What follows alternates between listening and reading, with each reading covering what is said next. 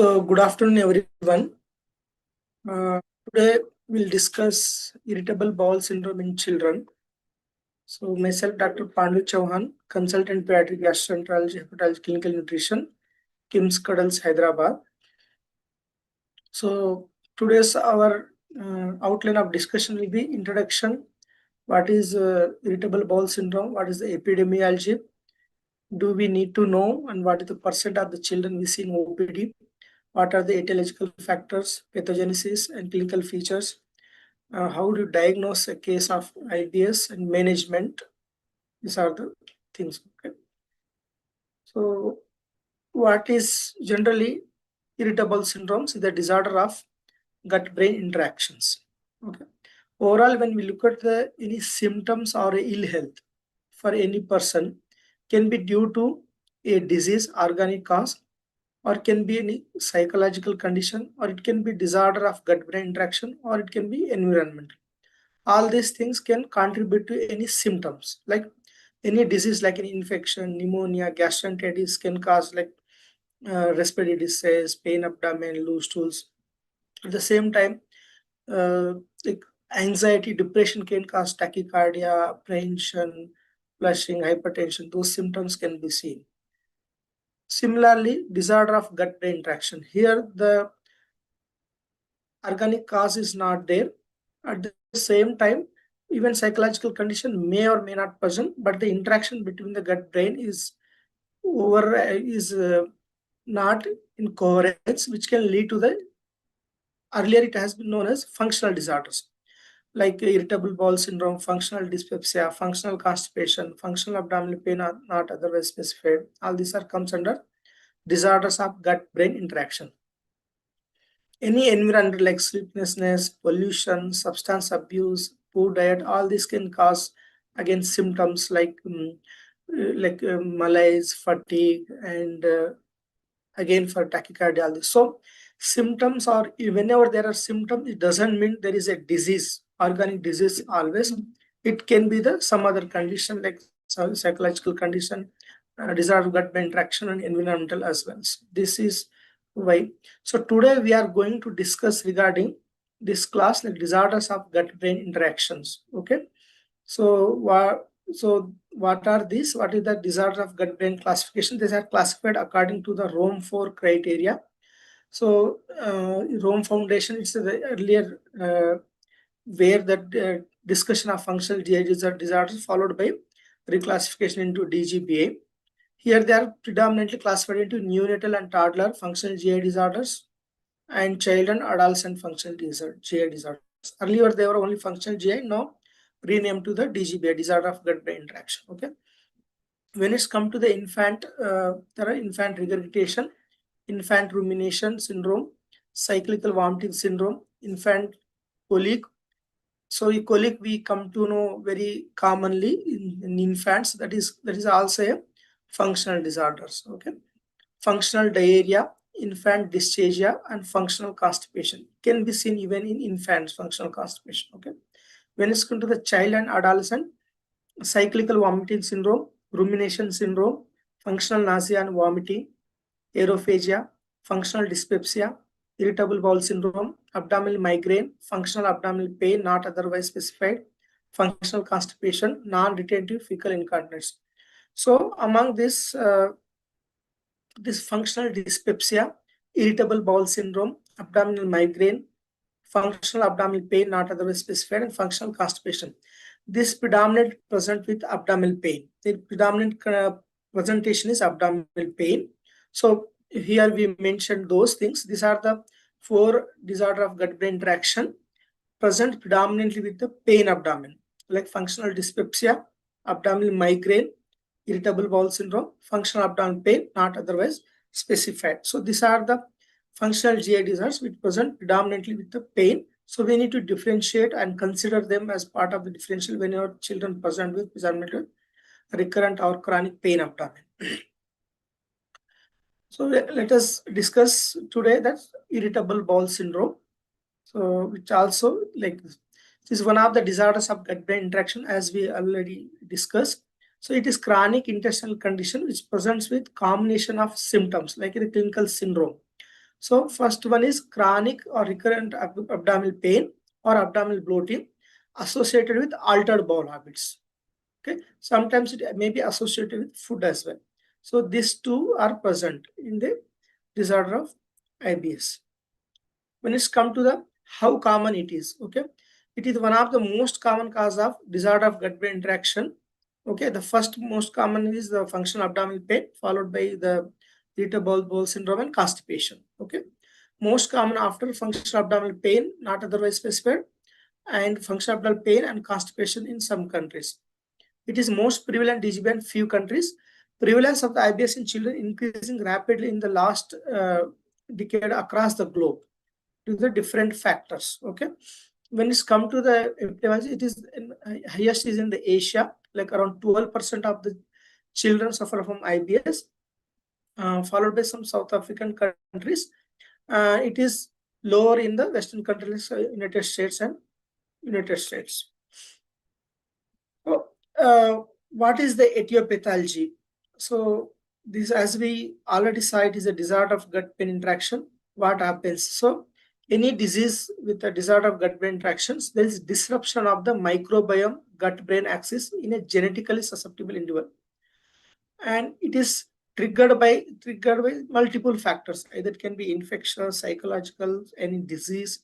It can be the multiple factors driving it and maintaining it, the alteration of the microgram gut-brain axis.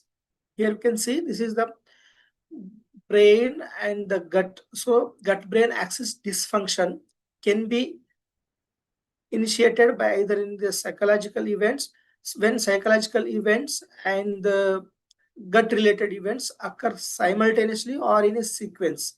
So generally, two events will be there at least, and which will be in the simultaneous or sequentially, and later it will be maintained due to the other factors. So here you can see sensitizing medical events, gut related event, either any medical events or gut related event like infectious or inflammatory can lead to the like gut distension, gut inflammation, and secondary motility disorder. Okay, which can lead to the changes in the processing, visceral pain processing, and visceral pain hypersensitivity. Okay, at the same time, whenever there is sensitizing psychosocial events, it will be augmented, like any depression, anxiety, family stress, coping style, secondary gains, or any abuse history and stress. All this contribute or augment visceral hypersensitivity. At the same time, this can also lead to the central hypersensitivity, okay, in a genetically susceptible child or adolescent. All these events contributes to the appreciation of the pain, abdominal pain, and other gastrointestinal symptoms. Okay. So this medical event, so as I was sensitizing medical events, ultimately leads to distension, inflammation, and motility disorders. What are these medical events? So this can be like anything, like infection, chronic or acute inflammation, like ischemia, medications, trauma. It can be bacterial, viral, parasitic infection.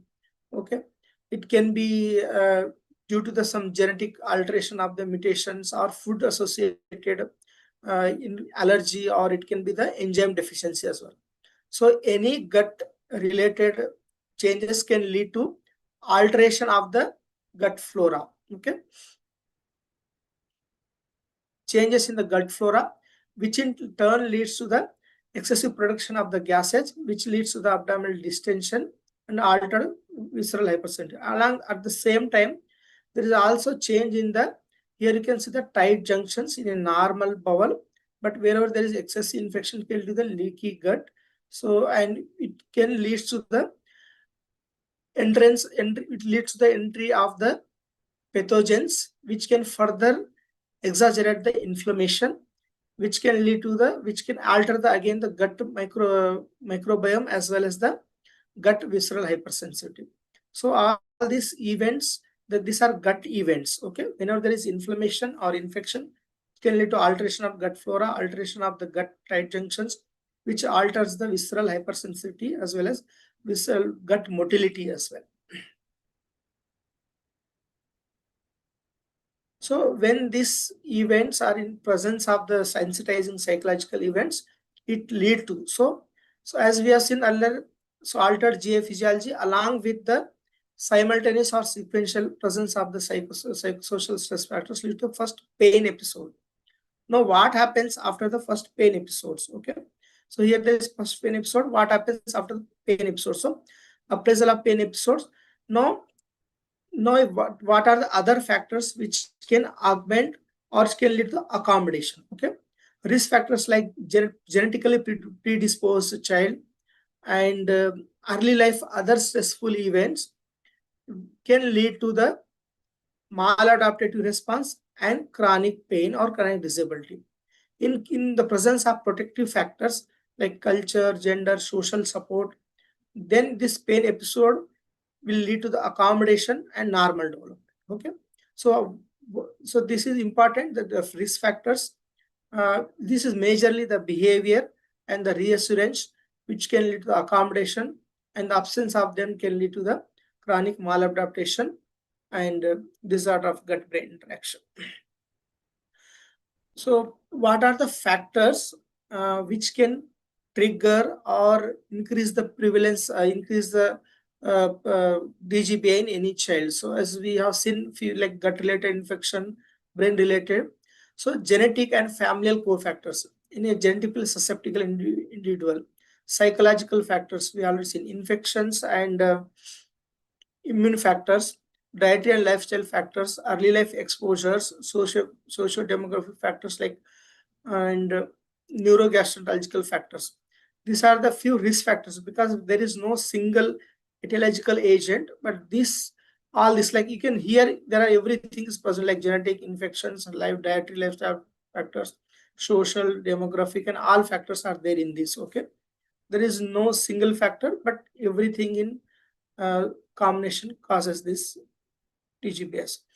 So clinical features, when it's come to the IBS clinical features, predominantly it is like four types. Okay, IBS diarrhea, IBS constipation, IBS mixed, and IBS undetermined. Okay, it's classified according to the percentage of bowel movements, Bristol stool form scale. Okay, so according to the Bristol stool form classification, we can see this stools are types. There are type 7. Okay, na 1, 2 are hard stools, 3, 4 are normal stools, 5 and 6 are loose stools, and 7 is diarrhea. Okay, so to say IBS diarrhea, there should be more than 25% of the hard stools, like type 1 or 2 stools, and less than 25% of the 5 and 6 types of stools. Then we called IBS constipation. Similarly, for IBS diarrhea, that type 1 and 6 will be less than 25%, and 5 and 6 should be the more than 25%. Okay. When it's come to the mixed, both are more than 25%, like 1 and 2 as well as 5 and 6. They can be alternative constipation, loose stools in patients or in a episodic manner. Unclassified meets IBS criteria but not falling into any one of the above criteria. Okay. These are the clinical classification of the 4 subtypes of the IBS. There is like depends on clinical features as well. There is some etiological subtypes. This is not recognized universally, but it helps us in identifying the underlying etiological triggering agent, which can help us in the guiding the guidelines for the management. Okay, most commonly we see is post-infectious IBS, which generally remains 3 months and thereafter it gradually declines. Okay, fruit triggered IBS, it can either these are the initial triggers, and bile acid absorption related IBS, small intestinal bacterial overgrowth, stress or psychologically induced IBS, dysbiosis associated IBS, serotonin dysregulation IBS, and post-inflammatory IBS, as just like post-infectious we have seen in, and hormonally influenced IBS sometimes can be thyroid abnormal seen in thyroid disorders. So these are the etiological subtypes depending on the triggering factor event. So diagnosis of the IBS is clinically, okay, the physical examination and history is very important. So history, physical examination, few investigations, and then application of the Rome 4 criteria Along with, we have to assess child psychological assessment as well, needed in all these children. Clinical history is most important aspect of the management. We have to take complete history from child and from both parents as well. Okay. Uh, as this IBS presents predominantly with pain, so pain history should be taken completely, along with the effect of the pain and lifestyle, school performance and sleep need to be considered. At the same time, we have to take the similar symptoms are present in any siblings as well. So we have to overall we have to allow like 30 to 45 minutes in the children with suspected functional GI disorder. Not only IBS, but for that any other functional GI, we have to allot a lot of time for the history, because history gives a lot of clues regarding the diagnosis. As we have seen, it predominantly presents with pain abdomen. So we have to focus on pain abdomen regarding location of the pain abdomen, whether it is centrally located or periphery located. So generally, any disorder of gut-brain interaction, the pain is generally centrally located, either epigastric, periumbilical, or hypogastric. Most of the time, it is centrally located. Epigastric, centrally located, can be functional dyspepsia. Periumbilical can be functional abdominal pain, and lower abdomen like hypogastric can be seen in the irritable bowel syndrome and even functional constipation. Whenever the pain is located peripherally, okay, it is more likely organic pain. It can be the cholecystitis, it can be appendicitis, it can be renal colic, it can be localized inflammation of appendix. So whenever the pain is present peripherally, always look for the pathological cause. Okay, exception is the appendicitis, where initial pain episode is periumbilical, lateral shift down to the right iliac fossa. Okay. So characteristics of functional pain, as we have seen, most of the functional pains are associated centrally. Okay, there are sudden acute paroxysmal, periumbilical. It can be periumbilical, epigastric, or lower abdomen. There are sudden onset, occurs in a cluster, short duration of span, and dull ache. It is vague. Pain does not wake up the child during sleep. However, this is not the exception. There can be few children with chronically involvement of sleep as well. May be present with nausea, vomiting, anxiety. Older kids may have some autonomic disturbance as well. These are characteristics of functional pain, which can be present in the IBS as well. Characteristics of the organic pain, as we have seen, it is periphery located. It wakes the child from sleep. Radiation to any specific type, back in pancreatitis, right shoulder in biliary causes, McBurney's appendicitis, and hunching forwards to relieve in pancreatitis. Generally lasts for more than 2 hours, and it is deep pain, and it is progressive, increasing over period of time. And it is sharp, localized, progressive to diffuse. So whenever there is lower abdominal pain with altered bowel habits, 75% of the time it is functional pain. Either it is IBS or it is functional constipation. 25% of the time it is IB, like organic. Like it can be IBD, tuberculosis, food allergies, short bowel, malabsorption, lactose intolerance, meat protein allergy, all those things. Okay. So history wise, we came to know that is the pain need to be, and other history parameters should be taken into account. And whenever there is lower abdominal pain, these are the etiological factors. Okay. Next, physical examination. So look for the anthropometry, thorough physical examination. Look for any organic underlying any signs or symptoms, organic causes, and any other system abnormalities as well. And also look for the psychological assessment whenever possible, and if available, refer to the child psychologist as well, along with your physical evaluation. So these are the alarm symptoms after physical evaluation, the history and examination.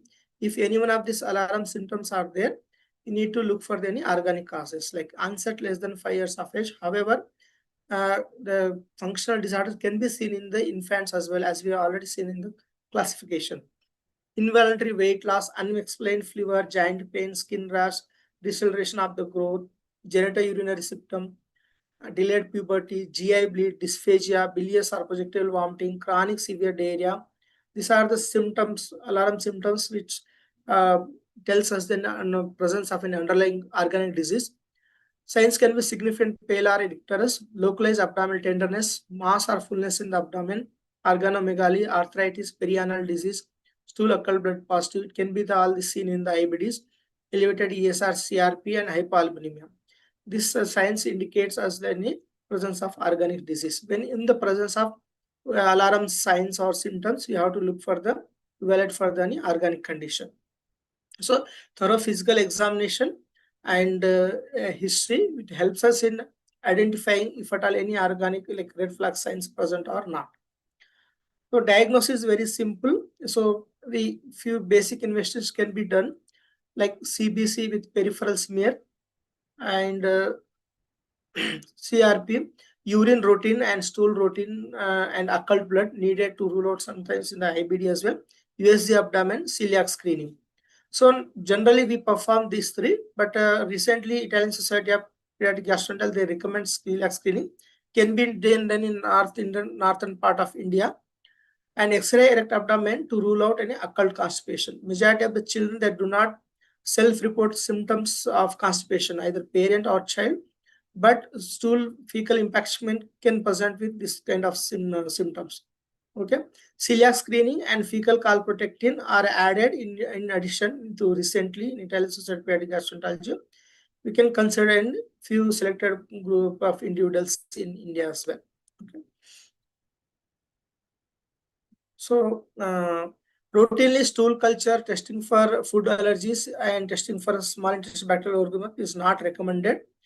We can perform in selected patients which alarm symptoms. Okay.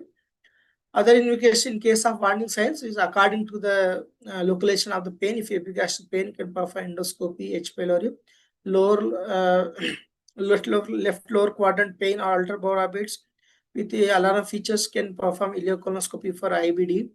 Small bowel pathology in case of suspecting any CT enterography or MR enterography, hepatobiliary in case of any if any hepatobiliary pancreatic origin can perform CT abdomen, MRCP.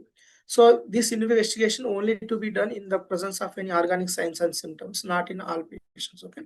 So diagnosis is clinical and based on the Rome 4 criteria. So clinical diagnosis, as in history, physical examination, warning signs. This need to be taken into account. It is positive diagnostic strategy. Okay. What do you mean by positive diagnostic strategies? No need to rule out all differentials by investigations. Okay. It is not the diagnosis of exclusion. Okay. It is a positive diagnostic strategy. So that's why thorough history and examination is adequate to label a functional GI disorder. Okay.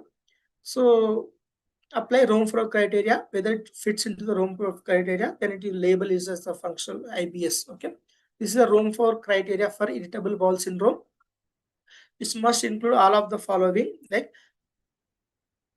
abdominal pain at least 4 days per month associated with one or more of the following, like abdominal associated related to the defecation or change in frequency of stool or change in form of the stool. Okay. In children with constipation, the pain does not resolve with resolution of the constipation. This is important. If pain resolve with constipation, then we label as functional constipation, but not IBS. Okay. So just before the IBS, we need to look for any fecal impaction and constipation. If at all there, we have to treat constipation. If pain disappears after the, then we call it as a functional constipation, but not as IBS. After appropriate evaluation, this symptom should not be explained by any other alternative diagnosis. That criteria should be fulfilled at least for 2 months before the diagnosis. Okay.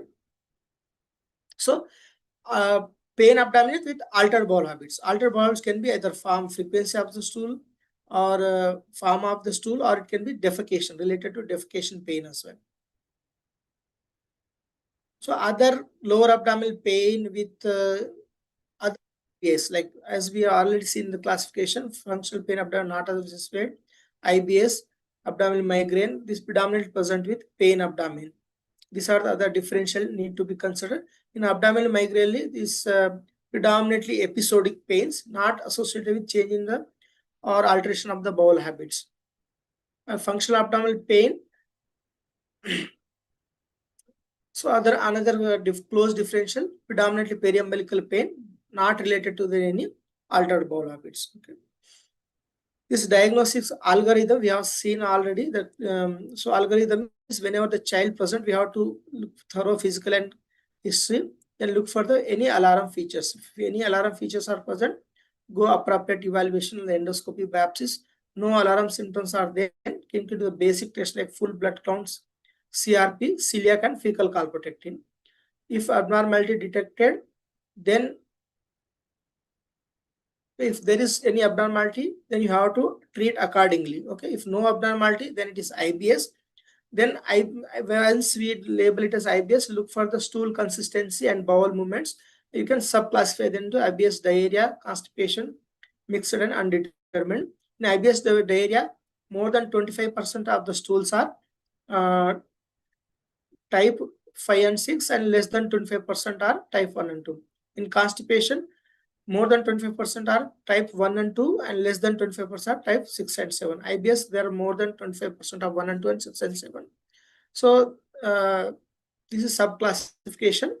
Once we subclassify, then treatment is dependent on the subclassification as well as any etiological trigger, as well as any other psychological environments. So management comes to establish a therapeutic alliance. So what do you mean by therapeutic alliance? The pediatrician, pediatric gastroenterologist, and psychological child psychologist can be present or any from the beginning of the therapy. Okay.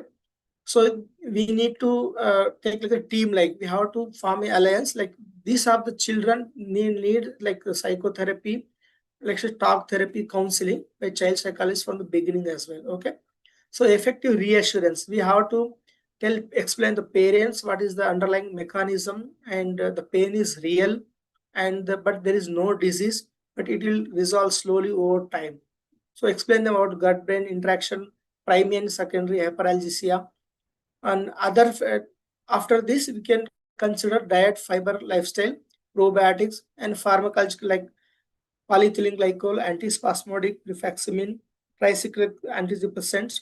Psychological can be cognitive behavioral therapy, guided imagery, and hypnosis may help. So, first three need to be informed to each and every child, along with the diet, fiber, and lifestyle. Rest, like diet and probiotic, and the effective reassurance should be performed each and every child, irrespective of the subtype.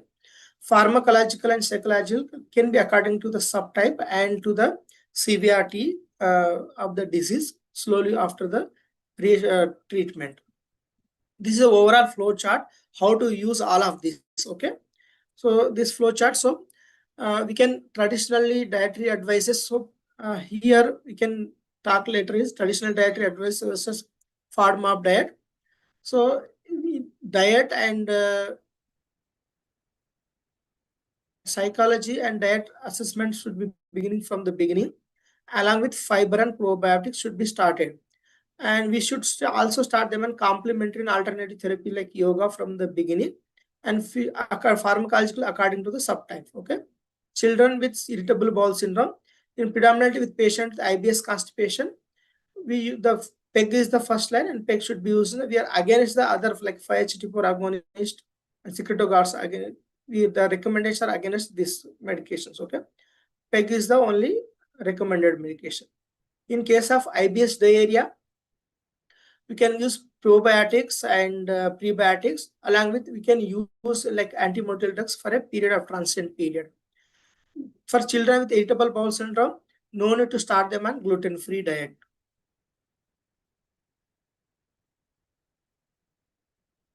So overall, one by one, I'll first explain this. Okay.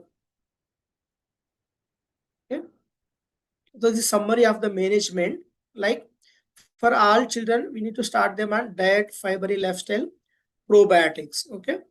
Pharmacological according to the subtypes. Also is to start them on behavioral and complementary alternative medicine. Okay. So diet and fiber. So whether we should conventional diet or should we use any FODMAP diet. In children, the conventional versus fiber diet, no much difference. In adolescents, FODMAP diet gives a lot of benefits. Okay. So here IBS constipation, IBS diarrhea, IBS missing, in every one of them, we can start with conventional diet and fiber containing like partially hydrolyzed guar corn. Okay, all these children can be also started on any probiotics as well. Probiotics, prebiotics like fiber as well as diet and lifestyle factors, all of them need to be started. The pharmacological therapy varies according to the subtypes. Okay, PEG in constipation, paracetamol. For pain, paracetamol is sufficient, and for the and like spasmodics should be used as a second line only. Okay. So in diarrhea, you can use the paracetamol along with loperamide. And when it's come to the mix, you can use PEG rifaximin as a second line drug. Rifaximin is to use for the sterilize the gut. Okay. Paracetamol, rifaximin is second line. Okay. First, it should be probiotic, prebiotic, lifestyle. Then pharmacology according to the subtype. Behavioral should be effective reassurance and psychotherapy for all children, and CBT and other interventions according to the response. Okay. All these children, irrespective of the subtype, can be started in yoga and gut directed hypotherapy. Now let's discuss in detail what are these like diet, fiber, probiotics, pharmacological events. So as we have seen that the diet is different in children, we recommend conventional diet compared to the FODMAP diet. Okay, gluten-free diet is not recommended. So the what are general measures when it's come to the diet? Avoid skipping meals. Adequate hydration is required. Okay. So fiber supplement is needed in all children, like partially hydrolyzed guar gum as a first line fiber supplement, at least 5 gram per day for at least 4 weeks. Others are less effective but can be used like psyllium husk and other fibers as well can be used, but there are cause little bloating. But whereas PHDGG is very safer, doesn't cause any bloating. So what is FODMAP diet? So FODMAP diet is fermentable oligo di and monosaccharide polyols. Okay, it is very effective with IBS in adolescent and IBS, whereas in children it leads to the restriction of the many food groups, which can lead to secondary malnutrition and and not much effective in few studies. Okay, only few small RCTs recommend benefits.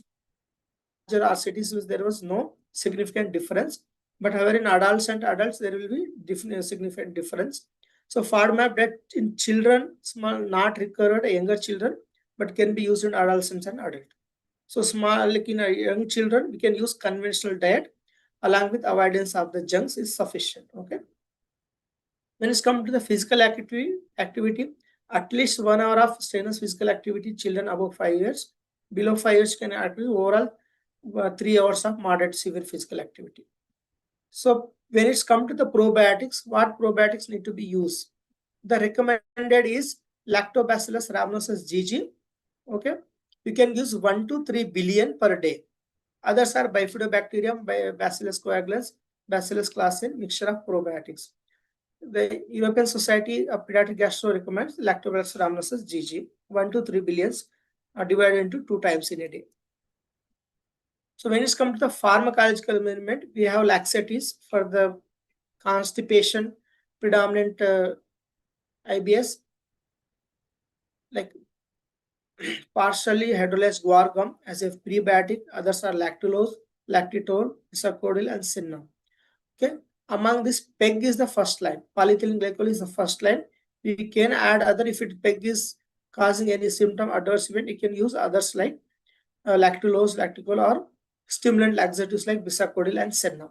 Okay, antidiarrheal medication like loperamide in older children more than 3 years and should be used only when there are cases of severe diarrhea, and should be used only for short duration. Antispasmodic when a child with IBS present with pain.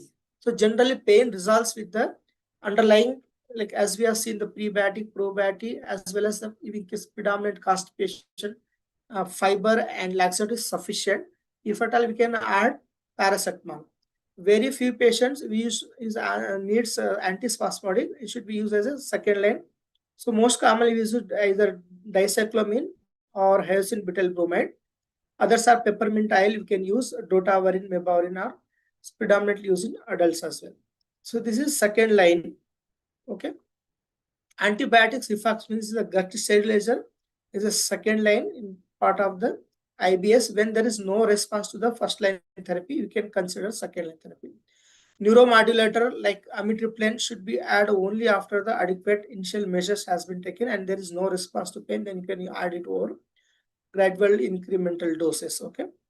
Analgesics, paracetamol the first line. Later you can use NSAIDs if in case of episodical if there are severe pain. Intestinal secretagogues are not recommended like lubiprostone, linaclotide in case of IBS constipation. So these are the pharmacological management. Psychological or behavioral, you can see like initially psychotherapy or talk therapy, cognitive behavioral therapy, gut directed hypnotherapy, and mindfulness. We can direct according to the response. Okay. Among the complementary and alternative medicine therapies, yoga is well established and have very good effects are there. It can be either general relaxation or breathing technique, abdominal relaxation, positive reinforcement by focusing on single thought or good experience. So yoga, any technique in yoga is good and effective in the improvement of the symptoms and outcomes. Others are homeopathy, musculoskeletal therapies like osteopathy, chiropractic therapy, acupuncture, acupressure, acutherapy, auriculotherapy, and body-oriented therapies. So among these complementary alternative medicine, well studied is the yoga. So we can start them from the beginning only. As now need to wait for the response, we can start from the beginning as well. So other therapies like biofeedback therapies, neurostimulation therapy like nerve stimulation therapy, fecal microbiota transplant can be also considered in case of refractory or non-responsive IBS children. Depend on the case-to-case basis. Okay. Overall summary, as we already seen, all children need to be started on diet, fiber, and lifestyle and probiotics, pharmacological therapy according to the specific types, and behavioral and CAM as well. So all this like 5 pranks should be started in from the beginning only. No need to wait for the after 1 month or behavioral therapy or psychologist at the end of the 2 months. No, you have to involve them from the beginning. It is like multi-prong therapy to start from the beginning of the diagnosis, which can help alleviate or rapid improvement in symptoms, which can improve the maintenance. Okay. Delayed improvement symptoms, delayed involvement of the therapeutic elements can lead to the recurrent relapses. Okay. And longer duration of the treatment. Early involvement and early recovery decreases the relapses and improve the quality of life as well. Okay. So this is the overall take-home message. The symptom and clinical based diagnosis based on Rome 4 criteria, not the diagnosis of exclusion. Okay. Thorough history for subtype of classification, etiological classification, as well as the clinical classification of IBS, diarrhea, and constipation needs to be evaluated further whenever there are alarm symptoms. Okay. Therapeutic reassurance and therapeutic alliance with the involvement of the gastroenterology as well as the child psychologist as well. So diet, fiber, probiotics are the first line, need to be started in all children irrespective of the subtype. Behavioral therapy and alternative medicine should also be started from the beginning of the therapy at the time of diagnosis as well. Thank you.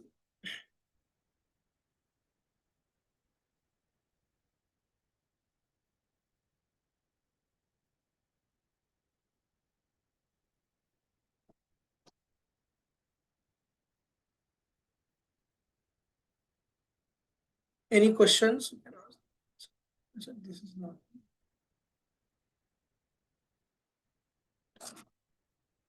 And any questions?